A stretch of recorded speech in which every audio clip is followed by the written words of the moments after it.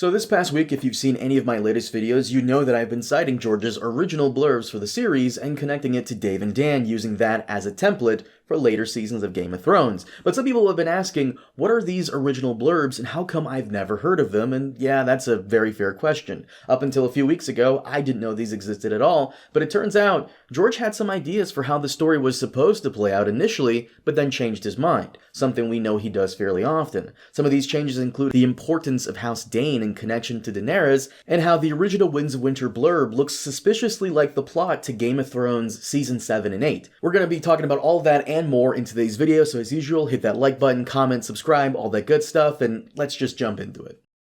So first things first, for our foreign viewers, what the hell is a blurb? Well, it's the story details on the back of the book. Here's my copy of A Feast for Crows, and this is the back of it, and yes, that is my cat.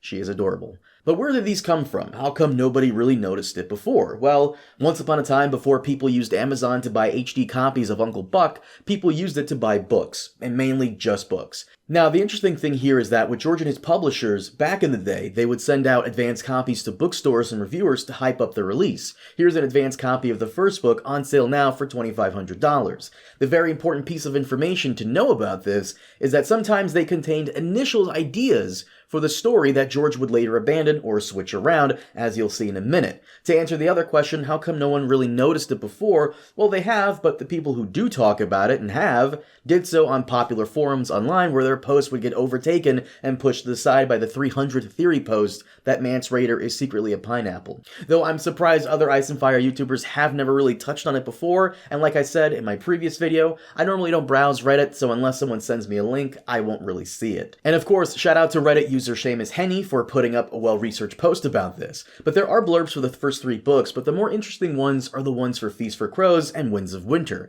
Keep in mind that Feast got so big that George was forced to split off the material and make it into a 5th book, Dance with Dragons. But let's check out the one for Feast. It says, continuing the most ambitious and imaginative epic fantasy since The Lord of the Rings, the action in Book 4 of A Song of Ice and Fire begins the day after the end of A Storm of Swords. While the remaining Northern Lords war endlessly with each other and the Ironmen of the Isles attack the Dreadfort, Sansa becomes a skilled player in the Game of Thrones, with Littlefinger as her mentor, Arya a skilled assassin, and Bran a magician and shapeshifter of great power. All seek to gain revenge for the death of their parents and Robb Stark, whose head was cut off and replaced with the head of his direwolf. Valar Morghulis, all men must die, and wolves too. Daenerys trains her growing dragons and learns from Barristan the secrets of her father, her brother Rhaegar, and other matters that will culminate at Starfell. And Jon Snow is the 998th Lord Commander of the Night's Watch.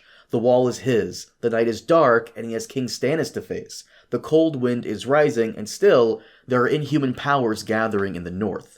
So a couple of things to unpack here. First and foremost, this synopsis was first revealed on Amazon back in 2002. George was later asked about this on July 3rd, 2002, and he would say, "It has some in common. I sent it in more than a year ago, and I could change my opinion on some matters. Remember that the chapters I read at conventions also aren't the final versions, so I can change my opinion there as well."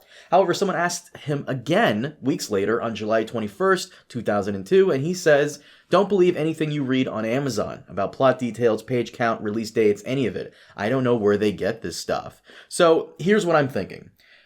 This was before George had to split Feast into another book, and what story details he did have, he gave to his publishers, and then someone in the back took some of the plot details there, handed it off to some intern over at Amazon, and then they wrote that up based off the bits of info they received. And then over time, George would be forced to remove some things and move other things around, and as a result, we have a very different story when the book is published. It's also possible that maybe someone on either the publishing or Amazon side of things could have read a few chapters early on, and because they didn't have the full manuscript, they went ahead and made some wild guesses on where they thought the story was going to go, based off the small details they did get. I think that's what happened with Arya, Bran, and Sansa in regards to their characters on the blurbs. But the Ironborn and the Starfall stuff, I believe, came from George. It's clear from the blurb that George wasn't done with the Ironborn just yet, but probably didn't know what he wanted to do with them until later on. But with this, we now know that Dave and Dan had access to every single idea George had written down, and that's how we got the Theon rescue plan in Season 4. As for the Daynes and Starfall, we know that they were fairly important early on. As you can see here, George went as far as teasing just how important back in 1999 with what really happened to Ashara Dayne.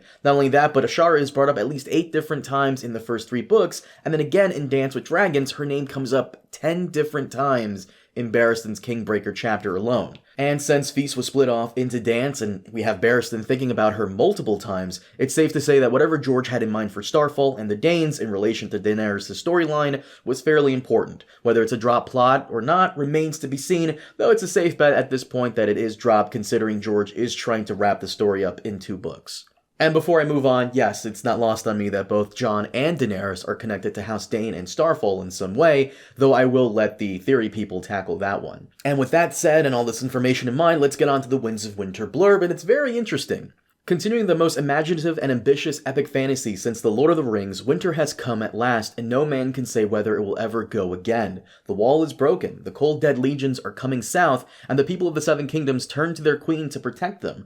But Daenerys Targaryen is learning what Robert Baratheon learned before her, that it is one thing to win a throne, and quite another to sit on one. Before she can hope to defeat the others, Dany knows she must unite the broken realm behind her. Wolf and Lion must hunt together, Maester and Greenseer work as one, all the blood feuds must be put aside, the bitter rivals and sworn enemies join hands. The Winds of Winter tells the story of Dany's fight to save her new one kingdom, of 2 desperate journeys beyond the known world into the very hearts of ice and fire, and of the final climactic battle at Winterfell, with life itself in the balance. So, according to GameFAQs, this showed up around 2011 in December, several months after the ending to Season 1 of Game of Thrones. Of course, you could argue that this is fake and it's someone's fanfiction, sure, but the fact that it got so close to Dave and Dan's Season 7 and 8 years before is very telling, and I doubt they've looked something up online and chose this specifically out of all the other fanfictions that are way better. If we go by the information we have so far regarding the last blurb, it's clear that George gave Dave and Dan some abandoned storylines, and they used that as a template to finish out the show, considering George was taking his sweet, sweet time finishing Winds. Of course, they added in some of their own fanfiction in there to pad things out, one example being Jon killing Daenerys, which Dave and Dan have confirmed was their idea. And here, we have an incomplete story from George, with patches of another writer's work, and as a result, one of the most disappointing endings in television history. So the real question now is, which parts of the blurb is exaggerated and which are from George? Because just like the Feast one, some of it was puffed up and some of it seemed legit. Because if that's the case, then not everything in Season 8 was Dave and Dan's ideas. Some of it, sure, but how much was George's original ideas and how much of it was Dave and Dan's? But also, what I find fascinating is that this is the synopsis to Winds of Winter, which means whatever came before this is when all this crazy stuff happens. Again, that means the wall coming down, Daenerys winning the Iron Throne, all of that came before this book that this blurb was attached to. And we all know that none of that happened in Dance with Dragons, so what's really going on here is anybody's guess. Some people believe that George is changing up the Winds of Winter based off the reception the audience had to the final season, but George's friend and co-writer Hila Garcia tells us otherwise, which is a video for another time, and I hope you'll join us for that. But as always, I throw the question to you guys. What do you make of all this? Was this George's original idea? Was it exaggerated by the publisher? Maybe both? Let me know your thoughts in the comments below. And as always, thank you so much for watching, for joining me on all these videos, for supporting the channel over on Patreon and YouTube memberships, and for sticking with us for so long. Once again, thank you so much for watching, and I'll see you all next time. Have a good one.